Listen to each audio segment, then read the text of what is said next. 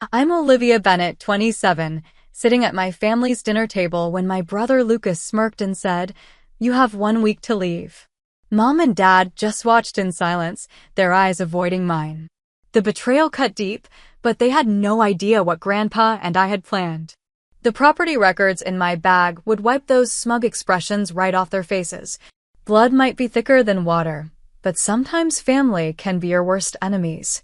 Before I tell you how I turned the tables on them, let me know where you're watching from and hit that like and subscribe button. Trust me, you'll want to see how this ends. Growing up in the sprawling Victorian farmhouse that had been in our family for 4 generations, I always felt a special connection to the place. The wraparound porch where Grandpa Theodore taught me to whittle wooden figurines. The massive oak tree with the tire swing that had witnessed countless summer days. The creek that cut through the back 40 acres where I'd catch crawdads while Lucas stayed inside playing video games. Grandpa Theodore was my hero.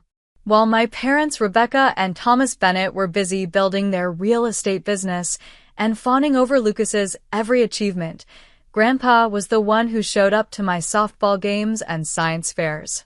He was the one who listened when I talked about my dreams of becoming an environmental architect. "Livy," he'd say, using the nickname only he was allowed to use, "you've got your grandmother's spirit. Strong, determined. You see the value in things others miss." The contrast between how my parents treated Lucas and me couldn't have been more stark. When Lucas got a C in algebra, my parents hired a private tutor. When I got straight A's, they'd simply nod and say, "That's nice, dear." When Lucas wanted a car for his 16th birthday, they bought him a brand new Jeep. When I asked for help with college applications, they told me to figure it out myself. "You're the responsible one," my mother would say, as if my reliability was a burden rather than a virtue. Despite the obvious favoritism, I excelled. I worked 3 jobs to put myself through college, graduating with honors in architectural design with an emphasis on sustainable building.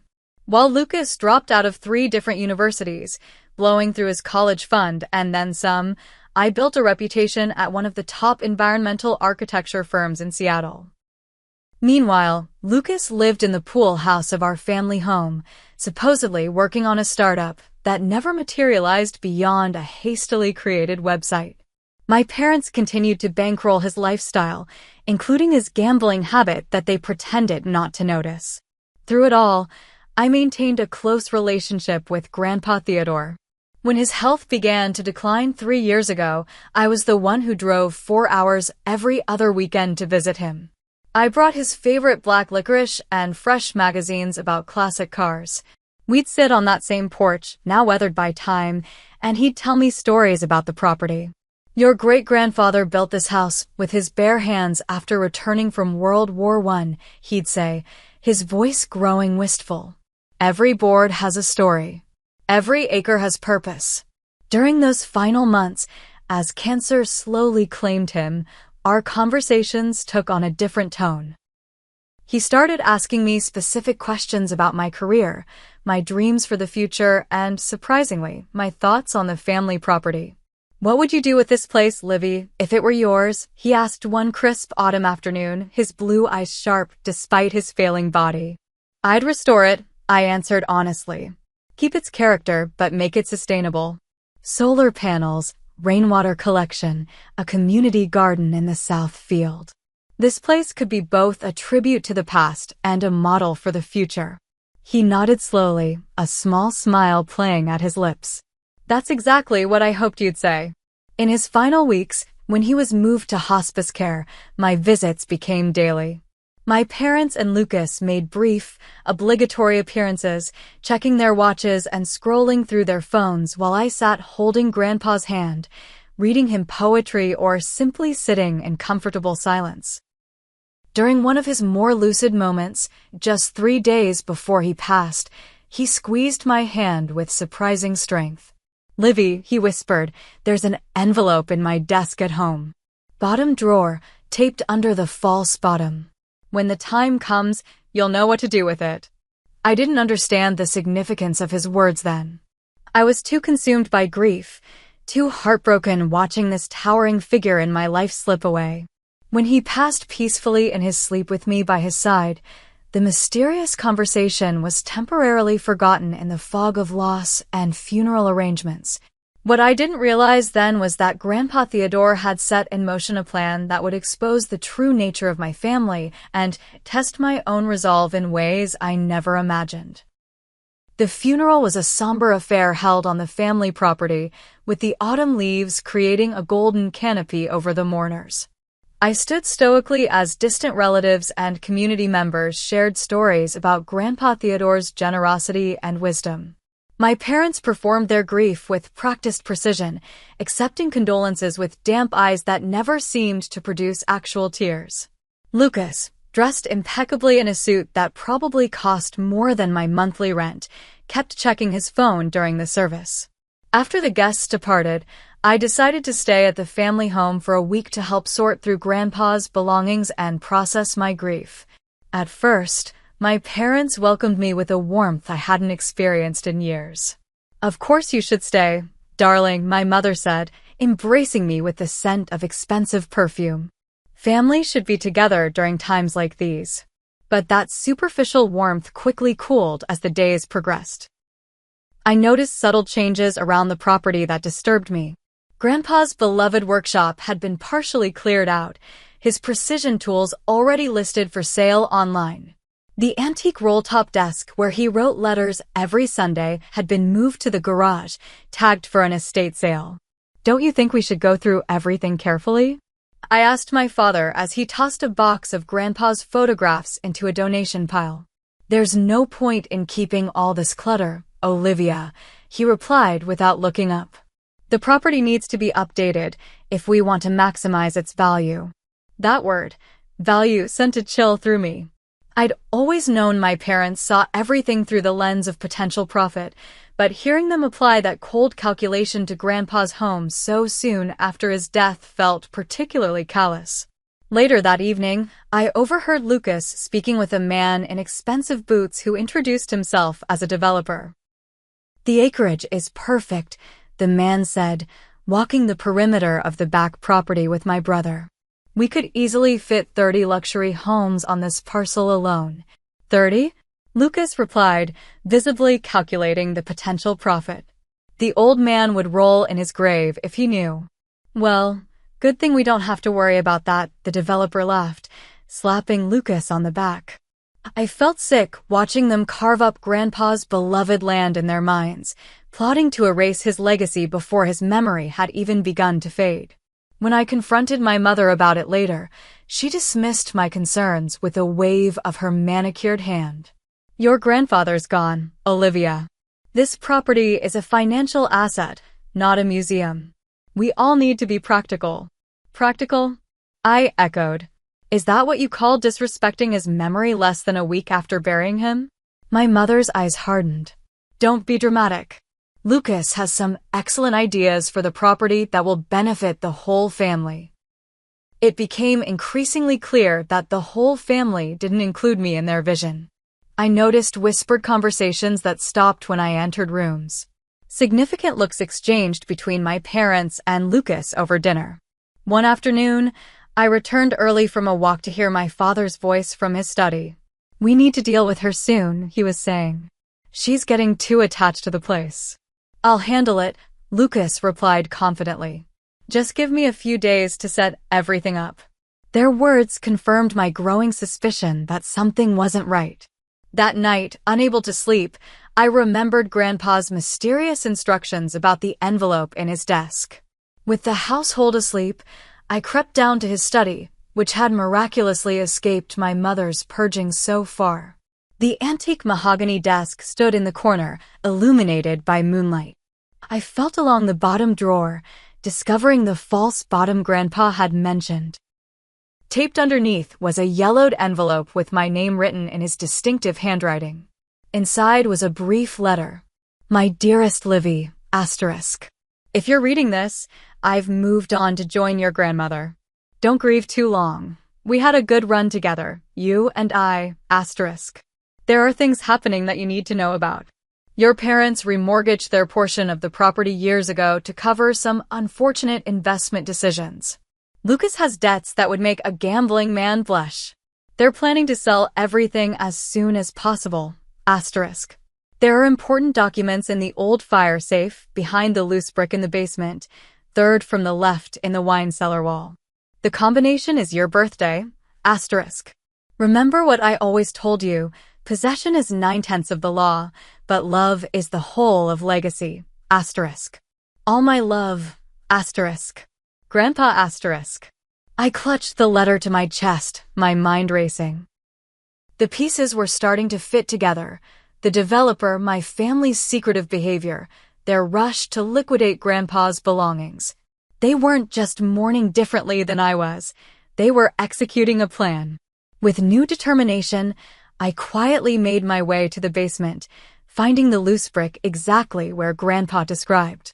Inside the hidden safe was another envelope, thicker than the first, and an old leather-bound photo album I'd never seen before. I returned to my room, heart pounding, knowing that whatever these documents contained would change everything. As dawn broke over the property, casting golden light across the fields Grandpa had loved so dearly, I made a promise to his memory. I would not let them erase what he had built. The leather album was filled with photographs I'd never seen before. Grandpa as a young man standing proudly in front of the house with his parents, the original deed framed on the wall behind them. There were detailed records of improvements made to the property over decades, newspaper clippings about agricultural awards, and most surprisingly, pictures of me as a child helping Grandpa plant trees, fix fences, and tend gardens. A visual history of my connection to the land that my parents and Lucas had never bothered to forge. But it was the documents in the envelope that truly took my breath away. Bank statements showing massive withdrawals from my parents' accounts to cover Lucas's emergencies. A partially signed contract with Westfield Development Corporation dated 3 months before Grandpa's death, with notes in my father's handwriting calculating potential profits from subdividing the property. A demand letter from a casino in Atlantic City addressing Lucas's outstanding debt of over $200,000. I sat on my childhood bed, documents spread around me, feeling like I was seeing my family clearly for the first time. The favoritism toward Lucas wasn't just emotional. They had been systematically sacrificing the family's financial stability to maintain his lifestyle and cover his mistakes. Armed with this knowledge, I decided to visit Harold Winters, Grandpa's oldest friend and attorney, who lived in town. Harold welcomed me with genuine warmth, his eyes crinkling with the same kindness I remembered from childhood visits. "I've been expecting you," he said, ushering me into his modest office. "Theodore said you'd come looking for answers eventually." Over coffee in mismatched mugs, Harold confirmed what the documents had suggested. My parents had been in financial trouble for years, making increasingly risky investments to maintain their image of success. Lucas had gambling debts that had grown to dangerous proportions, with some very unsavory characters beginning to apply pressure. "Your grandfather was heartbroken when he found out they were planning to sell as soon as he passed," Harold said, shaking his head. "Not because of the property itself, mind you, but because of what it represented. 5 generations of your family's history and hard work." "Why didn't he confront them?" I asked. Harold's eyes twinkled. Theodore was never one for confrontation. He preferred to solve problems creatively. He wouldn't elaborate further, saying only that Grandpa had made arrangements and that I should continue my investigation. As I left his office, Harold called after me. "Olivia, your grandfather was incredibly proud of you. Remember that in the days ahead." Back at the house, I noticed Lucas had become increasingly territorial, giving impromptu tours to potential investors, showing off the property as if it already belonged to him alone. When I questioned why strangers were walking through Grandpa's home less than 2 weeks after his funeral, Lucas's friendly mask slipped. "Mind your own business, Olivia," he snapped. "You don't live here anymore. You're just visiting." That evening, I overheard my parents and Lucas in my father's study. their voices carrying through the old heating vents. The developer needs an answer by next week, my father was saying. They're offering cash, no contingencies. What about Olivia? My mother asked, her voice uncharacteristically hesitant. Lucas scoffed. What about her? She doesn't have any say in this. The property will pass to you two when the will is read tomorrow, and then we can proceed with the sale. She's getting attached to the place, my mother said. You know how she was with Theodore. Then we need to make it clear she has no future here, Lucas replied firmly. I'll handle it at dinner tomorrow. Trust me. The next day passed in tense silence.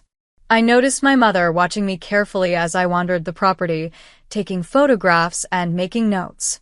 My father spent the day in town, presumably meeting with Harold about the will reading scheduled for the following morning. Lucas disappeared for several hours, returning with a smug expression that set my nerves on edge. Dinner that night was an elaborate affair, with my mother preparing all my favorites, a transparent attempt to soften whatever blow they planned to deliver. We ate in the formal dining room, a space usually reserved for holidays and special occasions. Crystal glasses sparkled under the chandelier light. Silver cutlery clinked against fine china. The extravagant setting only highlighted the artifice of the moment. As we finished the main course, Lucas cleared his throat and set down his napkin with deliberate slowness. His eyes, so similar to my father's, fixed on me with calculated coldness. Olivia, he began, voice dripping with false concern, we need to discuss your situation. My mother studied her wine glass. My father straightened his silverware, avoiding my gaze. My situation? I repeated, already knowing what was coming. Lucas leaned forward, elbows on the table, a rule-breaking gesture our mother would normally reprimand, but now ignored. The thing is, he continued, with Grandpa gone, changes need to happen. The property is going to Mom and Dad tomorrow, and we have plans for it. My father finally spoke. We're considering an offer from developers. It makes financial sense for everyone. Everyone except Grandpa, I pointed out quietly. He loved this land. Sentiment doesn't pay bills, Lucas cut in sharply. The decision's been made. His smirk returned as he delivered the line I'd overheard him rehearsing. You have 1 week to leave. My parents sat in complicit silence, tacitly endorsing his cruelty with their failure to object. In that moment, surrounded by the beautiful table settings and family heirlooms, I realized we had become strangers connected only by genetics, not love. I see, I said simply, placing my napkin beside my half-eaten dessert. Is there anything else?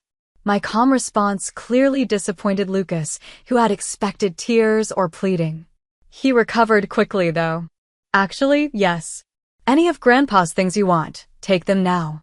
The estate company comes Monday. With that final twist of the knife, he raised his glass in a mock toast. To new beginnings. I excused myself from the table, retreating to my room where the documents from Grandpa's safe waited. Tomorrow would bring the reading of the will, and with it, revelations none of them were prepared for. The next morning, tension hung thick in the air as we gathered in Harold Winter's office for the reading of Grandpa's will. My parents dressed impeccably as always, projecting confidence and appropriate solemnity. Lucas wore an expensive suit with a pocket square that matched his silk tie, looking more like he was attending a business merger than a family matter. I chose simple, professional attire, a navy pantsuit that Grandpa had always said made me look capable and strong. Harold greeted us with professional courtesy, though I noticed his smile tightened when he shook Lucas's hand. We settled into the leather chairs arranged before his desk, the room smelling of old books and furniture polish. Before we begin, Harold said, adjusting his reading glasses, I want to express again my personal condolences. Theodore was not just my client but my dear friend for over 50 years. My father nodded impatiently. Yes, thank you, Harold. We all miss him terribly. Shall we proceed? The initial portions of the will were straightforward, specific bequests of personal items and small monetary gifts to distant relatives and charity organizations Grandpa had supported. My parents shifted restlessly, waiting for the main event, the disposition of the property. Lucas checked his watch repeatedly, no doubt calculating how quickly they could proceed with the sale once ownership transferred. When Harold reached that section, he paused, took a sip of water, and looked directly at me before continuing. Regarding the Bennett family property, including the main residence, all outbuildings, and the surrounding 120 acres. My father leaned forward slightly. My mother's knuckles whitened as she gripped her purse. Theodore James Bennett, having already legally transferred ownership of said property in its entirety to his granddaughter, Olivia Grace Bennett, 3 months prior to his death, makes no further disposition of this asset as it is no longer part of his estate. The silence that followed was absolute. I could hear the antique clock on Harold's bookshelf ticking away seconds that felt like hours. My father was the first to break the spell. "What did you say?" he demanded, voice cracking. Harold removed his glasses. "The property was transferred to Olivia 3 months ago. The deed has been recorded with the county. It's all legal and binding." "That's impossible," my mother whispered. "He wouldn't do that." "There must be some mistake," Lucas added, color draining from his face. Grandpa wasn't in his right mind toward the end. Harold's expression hardened. Theodore was of completely sound mind, as certified by 2 independent physicians and witnessed by myself and my partner. He knew exactly what he was doing. My father turned to me, eyes blazing. "Did you know about this? Did you manipulate him when he was vulnerable?" Before I could respond, Harold intervened. "Thomas, I'd advise against making accusations you can't support. Theodore approached me about this transfer last year. It was his idea, his decision, and his right as the sole owner of the property." "But why?" my mother asked, looking at me with new wariness. "Why would he cut out his own son?" Harold glanced at me, silently asking if I wanted him to continue. I nodded slightly. Theodore left a letter explaining his decision. "Would you like me to read it?" "Yes," I said quietly as my family stared in shock. Harold removed an envelope from the file and began reading. "To my family, asterisk. If Harold is reading this letter, then the transfer of property to my granddaughter Olivia has come as a surprise to most of you. That was intentional, asterisk. I've watched with growing concern as the property that has been in our family for generations has been leveraged and mortgaged to cover financial mistakes and bailouts. I've seen plans drawn up to divide and sell the land while I was still drawing breath. I've witnessed the disregard for legacy and stewardship that I tried to instill in all of you, asterisk. Olivia is the only one who has shown genuine love for this place and understanding of its value beyond dollars and cents. She has demonstrated responsibility, integrity, and vision, qualities essential for preserving what the Bennetts have built over generations, asterisk. Thomas and Rebecca, I love you as my son and daughter-in-law, but I cannot entrust this legacy to you knowing your intentions. Lucas, I love you as my grandson, but you have consistently shown that you value immediate gratification over long-term responsibility, asterisk. This decision wasn't made lightly or in haste. It represents my final effort to preserve something precious that would otherwise be lost forever, asterisk. With love and hope for understanding, asterisk. Theodore James Bennett, asterisk. When Harold finished, my father stood abruptly, face flushed with anger. This is elder abuse. We'll contest it. You're welcome to try, Harold replied calmly. But I assure you, everything was done properly. Theodore was very thorough. Lucas lunged toward me, finger pointing accusingly. You manipulated him. You turned him against us. I remained seated, meeting his gaze steadily. I didn't know about this until yesterday. Grandpa made this decision on his own. Liar. Lucas shouted. You've always been jealous of me. Always playing the victim while scheming behind our backs. My mother placed a restraining hand on Lucas's arm. We need to discuss this privately. Harold, we'll be in touch through our attorney. As they gathered their belongings to leave, I remained seated. Harold gave me an encouraging nod. Actually, I said, causing them to pause at the door, there's something else you should know. I removed the documents I discovered from my bag. I found these in Grandpa's safe. They show that you've already accepted a non-refundable deposit of $250,000 from Westfield Development for property you didn't own. That could constitute fraud. My father's face paled. We assumed the property would pass to us. It was a reasonable expectation. Perhaps, I acknowledged, but signing contracts for property you don't own is still legally problematic. And Lucas, these casino markers suggest you've used the property as collateral for loans you had no authority to secure. Lucas's expression transformed from anger to fear. Those are private financial matters. Not when they involve property that belongs to me, I replied. I've consulted with an attorney of my own. Given these circumstances, I'm giving you all 24 hours to remove your personal belongings from my home. 24 hours? My mother gasped. That's impossible. We've lived there for 30 years. Actually, Harold interjected gently, the main house has been Olivia's legal residence for 3 months. You've essentially been her guest since then. My father took my mother's elbow, steering her toward the door. This isn't over, Olivia. Not by a long shot. As they departed, tension crackling in their wake, I exhaled slowly, feeling both vindicated and heartbroken.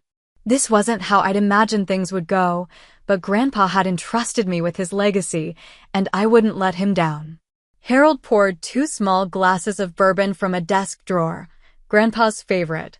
Theodore said you'd handle this with grace and strength. He was right. We clinked glasses in a bittersweet toast to the man who had seen what the rest of my family had missed in me and who had trusted me to carry forward what he valued most. I returned to the property, my property, later that afternoon, steeling myself for the confrontation that would inevitably follow. The house was unusually quiet when I entered, but I could feel the tension vibrating through the old walls like an approaching storm. Following muffled voices, I found my family in the sunroom that overlooked the back acreage. They were huddled around the coffee table, papers spread before them, speaking in urgent tones that ceased abruptly when I appeared in the doorway. Well, if it isn't our new landlord, Lucas sneered, though his usual confidence had fractured, revealing the insecurity beneath. My mother looked up, her perfect makeup unable to conceal her reddened eyes. Olivia, we need to talk sensibly about this situation. Yes, my father added, adopting his business negotiation voice. There are factors you haven't considered. Financial implications. Family obligations. I moved further into the room, noticing they had already begun sorting through items, sticky notes marking various pieces of furniture and artwork. They were dividing the spoils even as they plotted to regain control. I've considered everything very carefully, I replied, setting my bag on a side table. And I've brought someone who can help explain the legal situation more clearly. On cue, Patricia Goldman, the attorney I'd consulted earlier that morning, appeared in the doorway. She was a formidable woman in her 50s with silver-streaked hair and the confident posture of someone unaccustomed to losing. Ms. Goldman is a specialist in property law and estate transfers, I explained, making introductions. She's here to answer any questions and to witness our discussion. My father's expression darkened. We don't need another lawyer present for a family conversation. I disagree, I said simply. Patricia, would you explain the current legal standing of the property? She nodded professionally. The Bennett property was legally transferred to Olivia Bennett through an irrevocable deed transfer 3 months ago. The transfer was properly recorded with the county and all appropriate taxes paid.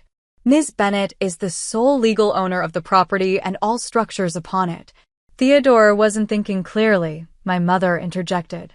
He was on heavy medication. Patricia shook her head.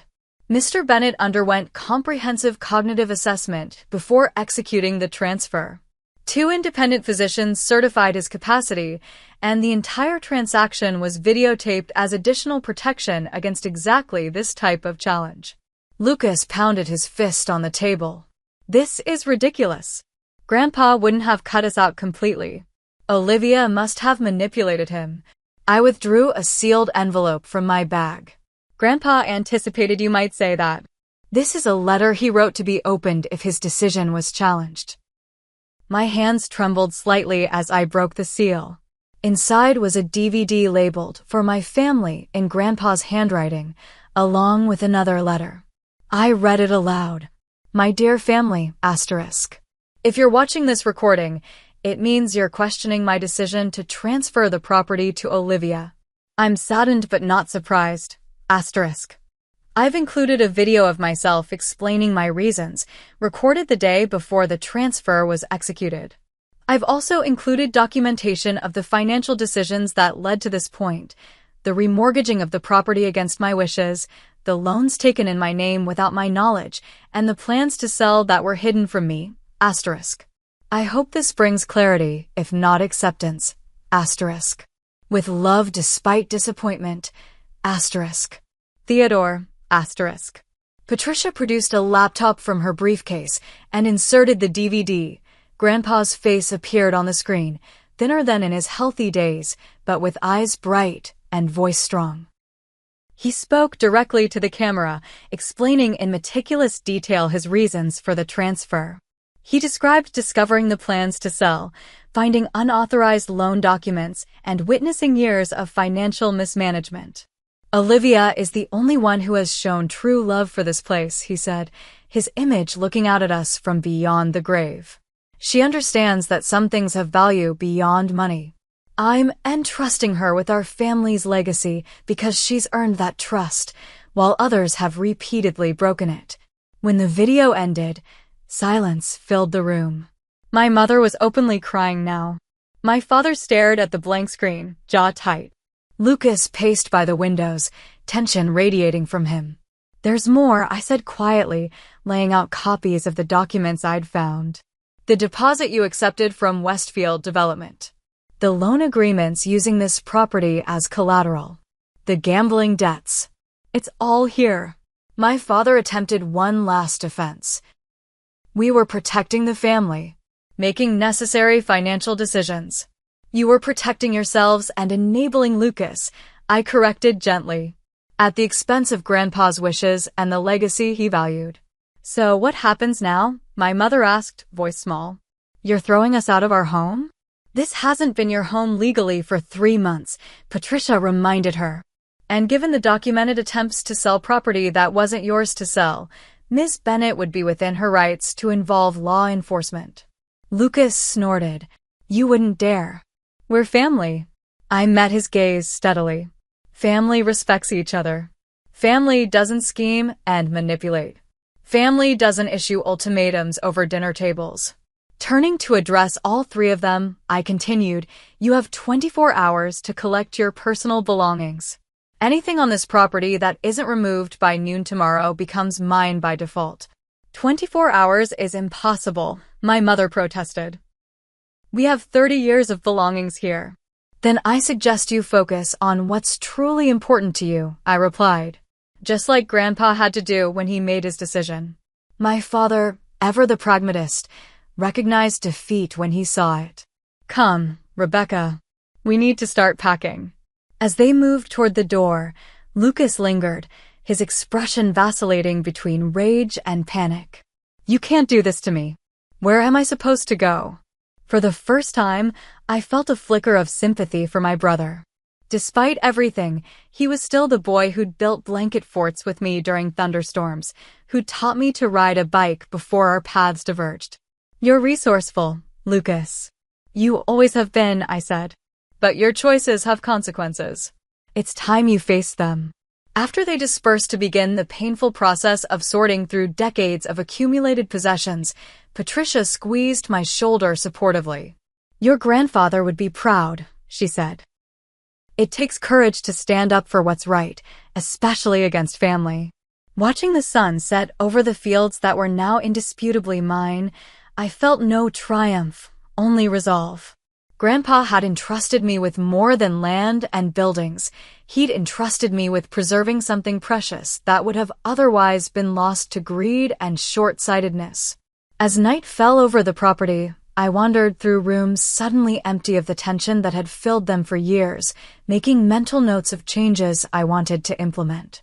Not to erase my family's presence, but to honor Grandpa's vision and create something meaningful from this painful transition. Tomorrow would bring new challenges. But for tonight, I sat on the porch swing where Grandpa and I had spent countless hours, and I allowed myself to feel the full weight of both the responsibility and the opportunity he had placed in my hands. The next morning dawned bright and clear, the kind of perfect autumn day that had always made Grandpa say, "The good Lord is showing off today." I rose early, preparing myself for what would undoubtedly be a difficult day. By 8 o'clock, a stream of vehicles had begun arriving, my mother's friends helping to pack her treasured collections, my father's business associates loading furniture into rented trucks, and a team of movers Lucas had somehow managed to hire overnight. The house buzzed with activity and barely suppressed emotion. My mother approached me in the kitchen, where I was quietly making coffee, her eyes puffy from crying.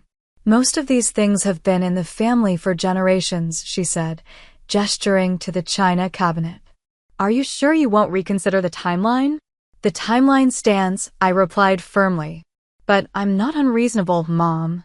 Family heirlooms should stay with family. I'm only asking you to take your personal belongings." Her expression softened slightly. "What about the silver service? Your grandmother would want me to have it." "Take it," I said. "I'm not trying to strip you of everything. I just need you to respect that this property is mine now, and decisions about its future are mine to make." As she carefully wrapped the silver pieces in cloth, she asked quietly, "Where did we go wrong with you, Olivia?" "We gave you everything." The question was so disconnected from reality that I nearly laughed. "You gave Lucas everything. You gave me independence by default, not by design. And I'm grateful for that now, even if it hurt then." She looked genuinely confused. "We always trusted you to handle things yourself." Lucas needed more support. Lucas needed boundaries, I corrected gently. And I needed parents who showed up. We both lost out. She had no response to that, retreating with her carefully wrapped silver to continue packing elsewhere. My father was more pragmatic, focusing on logistics rather than emotions. He cornered me in Grandpa's study, where I was preserving important documents. "The developers won't just walk away," he warned. "That deposit was substantial. They'll expect either the property or compensation. Their contract was with you for property you didn't own," I reminded him. "But I'm not heartless. I've already spoken with their legal team. They'll get their deposit back from me, not because I have to, but because it's the right thing to do." He studied me with new eyes, perhaps seeing for the first time the capable woman I'd become rather than the daughter he'd overlooked.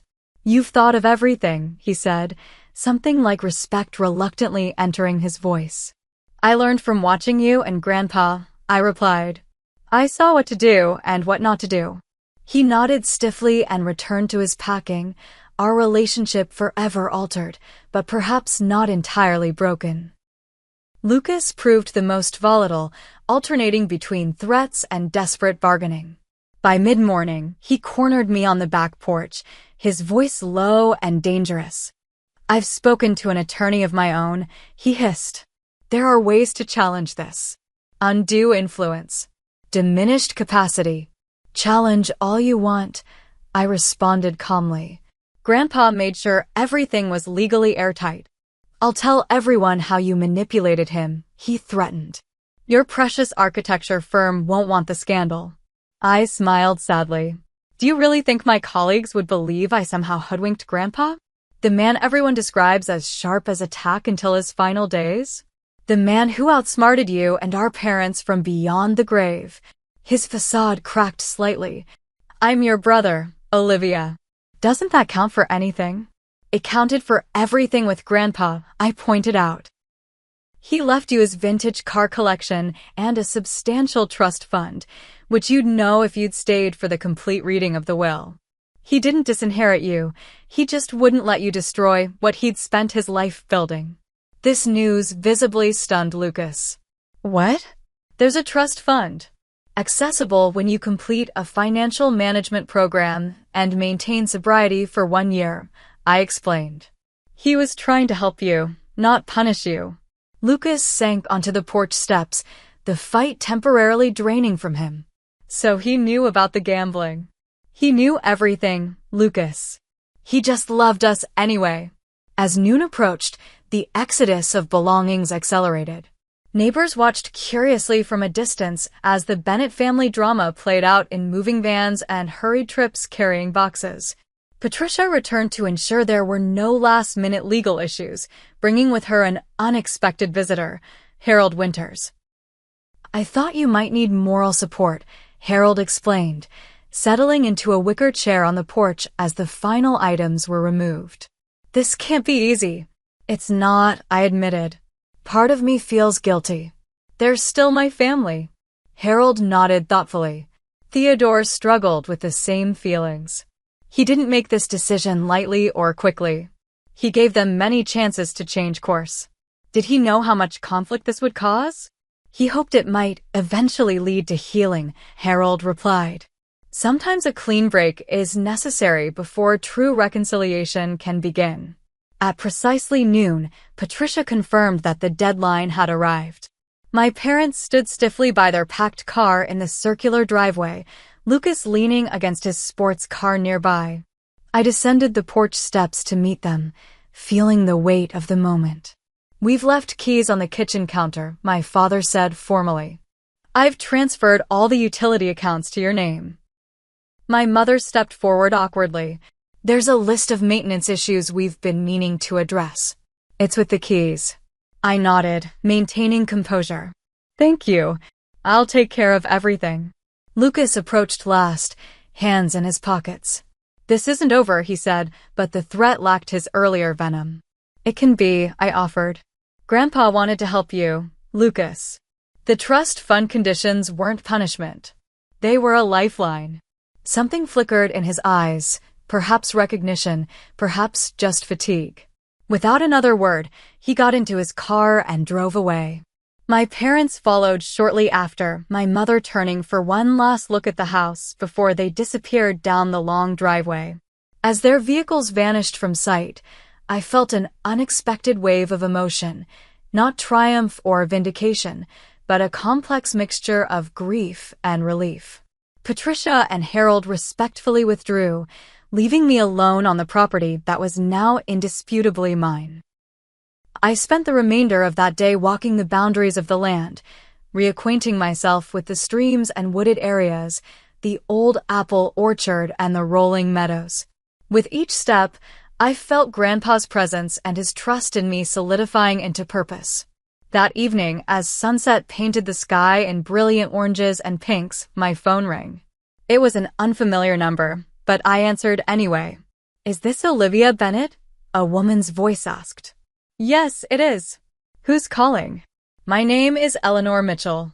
I was a friend of your grandfather's from the Historical Society. I heard about what happened today. News travels fast in small towns, and I wanted to reach out." Over the next hour, Eleanor shared stories about Grandpa I'd never heard before. How he'd fought a developer 20 years earlier who wanted to build a shopping center on historic farmland. How he'd quietly paid college tuition for local kids whose families were struggling. How he'd spoken often and proudly of his granddaughter who understood the value of preservation and stewardship. That call was the first of many. Over the following days, people from the community reached out, some offering support, others sharing memories, a few expressing concern about my plans for the property. I listened to them all, recognizing that Grandpa's legacy extended far beyond our family boundaries. Meanwhile, the legal aftermath unfolded.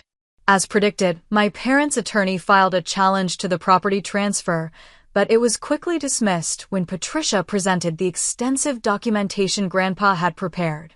The developers threatened litigation, but settled for the return of their deposit plus a small fee.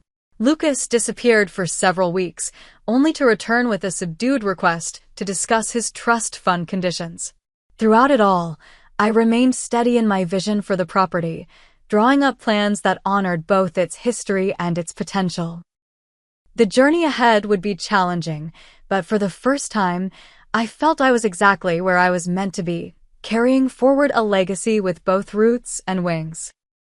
1 year later, I stood on the newly restored porch of the farmhouse, watching as volunteers planted the final trees in what was now the Theodore Bennett Community Orchard. The property had undergone a remarkable transformation, not into the luxury housing development my family had envisioned, but into something that balanced preservation with purpose. The main house had been carefully restored, maintaining its historic character while incorporating sustainable features. Solar panels discreetly positioned on the carriage house roof provided much of our electricity. A rainwater collection system fed the gardens and orchards. The barn had been converted into a community education center where classes on sustainable agriculture and historic preservation were already filling up weeks in advance. Turning the property into something that served both past and future hadn't been easy. There were permits to obtain, grants to write, and countless meetings with county officials and community members. But with each obstacle overcome, I felt Grandpa's presence guiding me forward. My relationship with my parents had evolved into something cautious but civil. After their legal challenge failed, they moved to a condominium in the city, downsizing significantly from the lifestyle they'd maintained for decades. My father, facing retirement with diminished resources, had reluctantly taken a consulting position with a smaller firm. My mother, surprisingly, had found purpose volunteering at a local museum, her knowledge of antiques and history finally finding constructive outlet. Our interactions were limited to occasional phone calls and carefully orchestrated holiday gatherings at neutral locations. The wound was healing, but the scar remained, a permanent reminder of choices made and consequences faced. "The apple trees look beautiful," said a voice behind me, interrupting my thoughts. I turned to find Lucas standing at the bottom of the porch steps, looking healthier than I'd seen him in years. Gone were the designer clothes and carefully cultivated image of success. Instead, he wore simple jeans and a flannel shirt, his hair shorter, his eyes clearer. "They do," I agreed, surprised by his unexpected visit. "Grandpa would be pleased." Lucas climbed the steps slowly, hands in his pockets. "I completed the financial management program last week. 1 year of sobriety next month." "Congratulations," I said sincerely. "That couldn't have been easy." He shrugged, a gesture reminiscent of the brother I'd known before money and status became his primary concerns. "Harder than I expected. Easier than continuing the way I was." We stood in companionable silence for a moment, watching the volunteers working together, laughing and calling to each other as they finished the planting. "Harold called me," Lucas finally said. "The trust fund conditions have been met. I'll have access next month." I nodded. "Grandpa would be proud of you. He always believed you could turn things around." "I'm not using it the way Mom and Dad expect," he continued. "They think I'll buy back into their lifestyle. Get the condo next to theirs, rejoin the country club." "What are you planning instead?" I asked, genuinely curious. Lucas smiled, a real smile without the cynical edge I'd grown accustomed to seeing. "I'm going back to school, finishing my degree in environmental science. Then maybe looking into land conservation work." The irony wasn't lost on either of us. "Grandpa would definitely approve of that," I said with a small laugh. "I've been thinking a lot about him this year," Lucas admitted. "About what he valued and why. About the kind of man he was versus the kind of man I was becoming." He gestured toward the property spread out before us. "What you've done here, it's what he would have wanted. I see that now." His words touched something deep within me, a desire for healing that had persisted despite everything that had happened. "Would you like a tour?" I offered. "There's been a lot of changes since you were here last." As we walked the property together, I pointed out the various projects completed and in progress. The community garden plots already claimed by local families. The restored creek with its new fish habitat. The workshop where Grandpa's tools were once again being used to create and repair rather than sitting idle or being sold off. It's not just about preserving the past, I explained as we reached the education center. It's about creating something sustainable for the future. Something that honors what came before while recognizing that nothing stays exactly the same. Lucas nodded thoughtfully. I get it now. I didn't before, but I do now. When we returned to the house, the volunteers had finished their work and were sharing a celebratory lunch on the wide lawn. Eleanor Mitchell, now a dear friend and regular presence on the property, waved us over. Come join us. We're toasting the completion of the orchard. As we approached the gathering, I was struck by the community that had formed around this place in just 1 year. Master gardeners sharing knowledge with novices. Retired craftspeople teaching traditional skills to eager students. Children exploring the same fields and streams where I had played as a child. This was the true legacy Grandpa had entrusted to me, not just land and buildings, but the opportunity to create connection and continuity in a world that often valued neither. Later that evening, after everyone had gone and Lucas had departed with a tentative promise to return for the Harvest Festival, I sat alone on the porch swing, watching fireflies begin their nightly dance over the fields. The property was quiet now, but it was a living quiet, full of potential and purpose rather than the stagnant silence of neglect it had known before. I pulled out the letter Grandpa had left me, now worn from frequent reading, and traced his familiar handwriting with my finger. Remember what I always told you, possession is 9/10 of the law, but love is the whole of legacy. Asterisk. In the year since claiming this property as my own, I'd learned that ownership was about far more than legal rights or physical possession. True ownership came with responsibility to the land, to history, to community, and to future generations who would someday walk these same paths. The painful confrontation with my family had been necessary, not because property mattered more than people, but because integrity sometimes requires difficult boundaries. Standing my ground hadn't been about winning or punishing. It had been about honoring a trust placed in me and refusing to let momentary comfort override lasting value. As darkness fell completely, I made my way inside the house that now felt truly like my home. Not because my family had been excluded, but because the space had been reclaimed for its intended purpose, a place of stewardship rather than consumption. The journey of healing wasn't over. Perhaps it never would be completely. But with each day that passed, the wound left by betrayal and confrontation scarred over a little more, creating strength where there had once been only pain. Grandpa had given me more than property. He'd given me the chance to discover my own capacity for resilience, forgiveness, and vision. In choosing me as his successor, he'd seen something I hadn't yet recognized in myself, the ability to transform loss into legacy and conflict into creation. As I closed the door on another day at Bennett Farm, I felt a profound sense of gratitude for the painful lesson that had ultimately brought me home in every sense of the word. Sometimes the greatest gifts come wrapped in the most difficult packages. Sometimes losing what you thought was family allows you to find your true place in the world. Have you ever had to stand up to family members to protect something important to you? I'd love to hear your stories in the comments. If this resonated with you, please like and subscribe to hear more stories about finding strength in difficult situations. And remember, sometimes what feels like the end of everything is actually the beginning of something even better. Thank you for listening to my journey.